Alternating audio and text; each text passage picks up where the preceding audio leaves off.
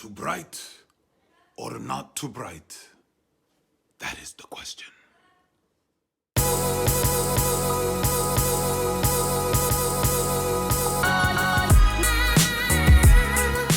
What's up, YouTube? It's your boy Big Al here, coming to you live with another episode of SWIT. So what I think. Today, I want to welcome all my new guests. Hey, how you doing? And I want to welcome back all my old faithful subscribers. Hey, you know, this is what we do. This is how we do. We're going to continue to do it this way. Today, I got something a little different. What I've got is a little preview of what's to come for a future item.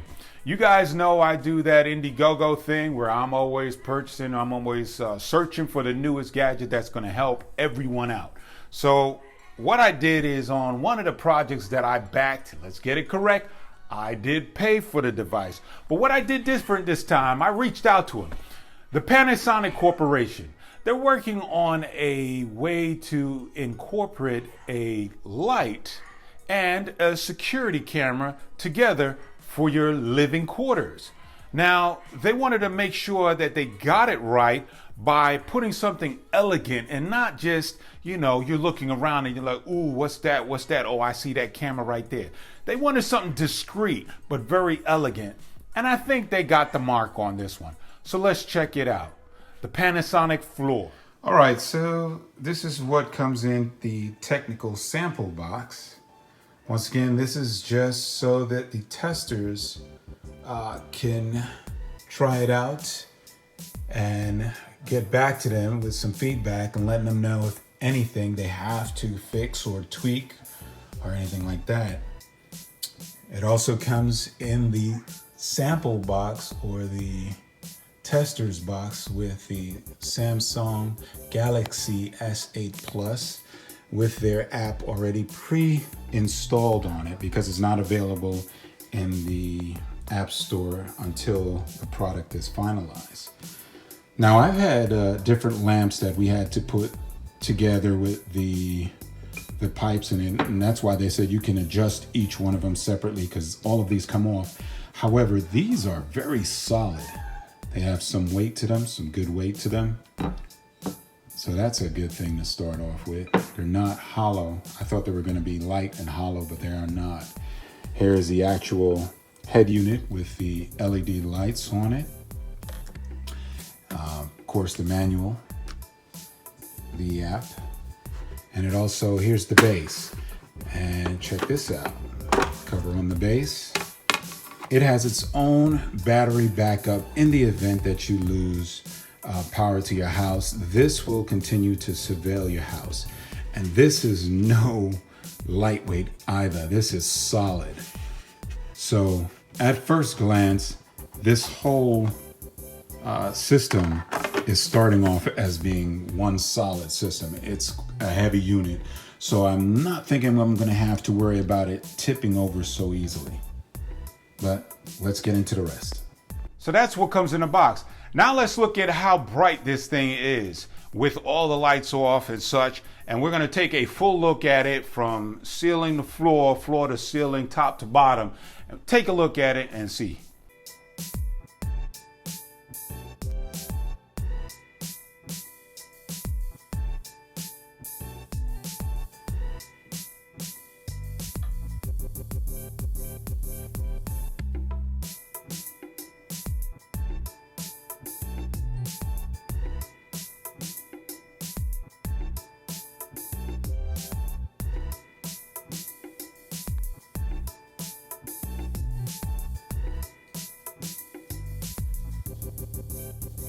As you can see, it's a very pretty lamp. The light is not as bright. It's an ambient type of lighting. It's made for things like you have it into set the mood, like a mood lighting, or maybe even in your entertainment room or something like that, where you want the light but not so bright, okay? So now let's check out the onboard controls of it.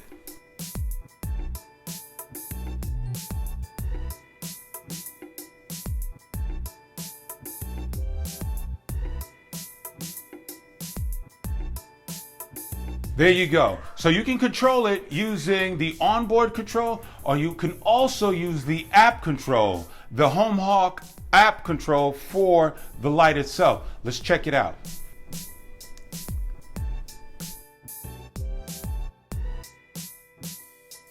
It shows your signal strength, the name of it. We can go into video. We can change out a few things in video. The resolution, frame rate, the brightness, etc. Now we can do the night vision. We can check out night vision. You can have it in color. When this thing does the night vision for color, what it does is it turns on the light, then it starts to record, or it records, turns on the light, and that's how it uses the color. If not, you can program it to monochrome, or you can have it off. All right. Your different recordings. You can turn on the different sounds. How it's going to detect. You can change the sensitivity for all of the above. You can use it on a schedule, which I think is pretty cool. Say you want to turn it on, put it in vacation mode. It randomizes it. It turns it on and off at different time intervals. It makes it sporadic. Light sensor. Come on when the house goes dark. The motion sensor and how long the duration would be. This is where you select the actual brightness of it all. Hold the phone. What is it? I tell you. Wanted to add something else. They're working on something major. We gotta just hold on, but it's gonna have the ability to work with some major home assistant products out there. Let your mind wander on that for a second, but you'll be able to talk to it and do all kind of stuff, check the temperature, do all that crazy stuff with it. So I'll let you get back to what you're watching. Here you will see the actual breakdown and time where you used it. Now let's check out the camera view, because I know all you guys out there is like, okay, yeah, but how well does the camera, how well does the pictures look? So let's check it out. All right, so let's look at it again, another angle. Here's the light. It's on and off. So let's see this. Let's go ahead and turn the camera on. It allows you to move it around. Hey, test it out. So not bad. Here's a zoom. Let's see if we can zoom in all the way. Pretty decent. For the zoom, allows you to look around. Remember, it's a 140 degree wide angle, so you get to see from one part to the other. Not bad. It could be brighter with the light, but not bad. So there's the camera. Now let's check out the night view. Let's look at this night view, this night vision, and what it has with both the monochrome picture as well as the color night vision. So let's check them out. Okay, here's another test that I'm doing with it. You see that it is in color right now. The camera is in away mode, or it's actually, let me see, I think it's off actually. I just have it on testing it right now. We're doing a live look at it. I have no lights on except for the light from the lamp itself. So let's go ahead and shut it down. And there it goes into the night vision. Now with the night vision, still see decently. It's not too bad. Decent. Still look around and see everything pretty good. And let's go ahead and turn the light back on. And there it goes back into the color.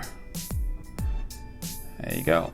So that's how it uses the color versus the monochrome when it's recording. So there you have it. So let's talk about it a little bit more. Ease of use.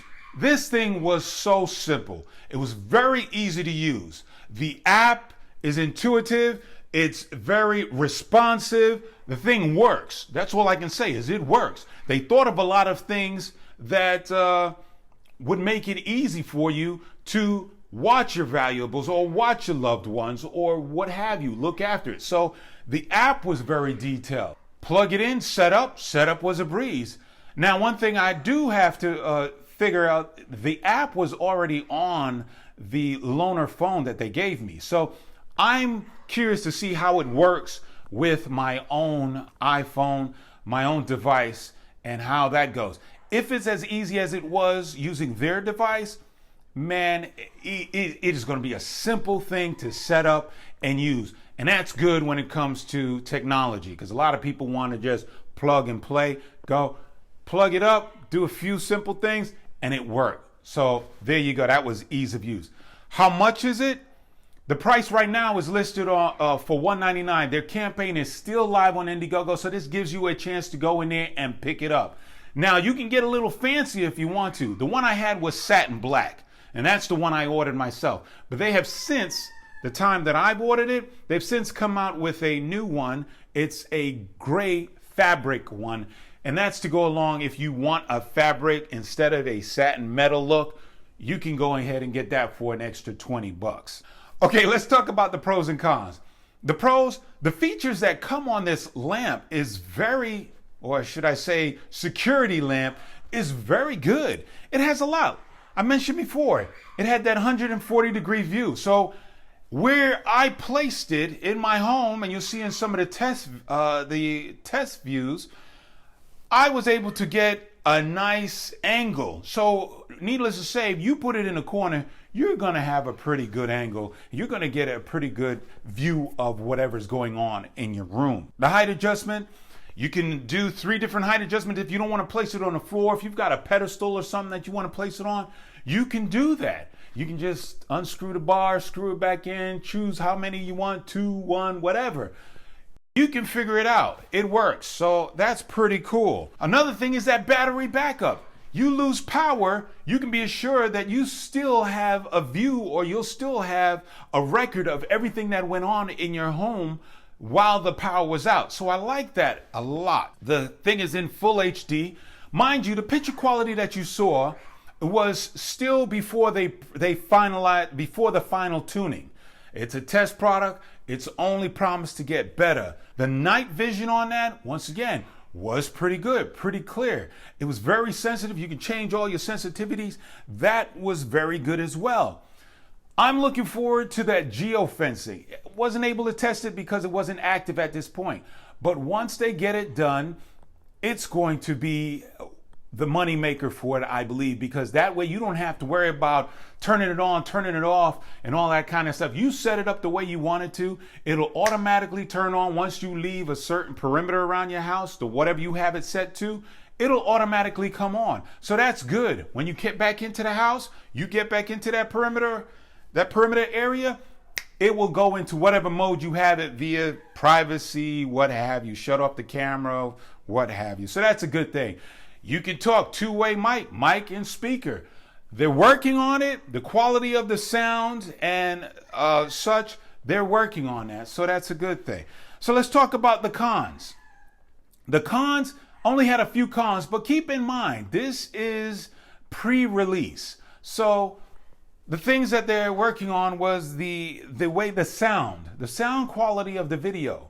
It was a bit muffled. So, but they said they're still tuning it out. They're still tweaking it. The light, the LED, it was a bit too dim for my taste. I contacted them. They said they did a lot of research. They did ask a bunch of people, and what they came out with is more people wanted the softer light, the yellowish look to the light or lighting. This is good for when you have mood setting, or you want to place it somewhere like in your living room where you're watching TV and all of that. You can just have it.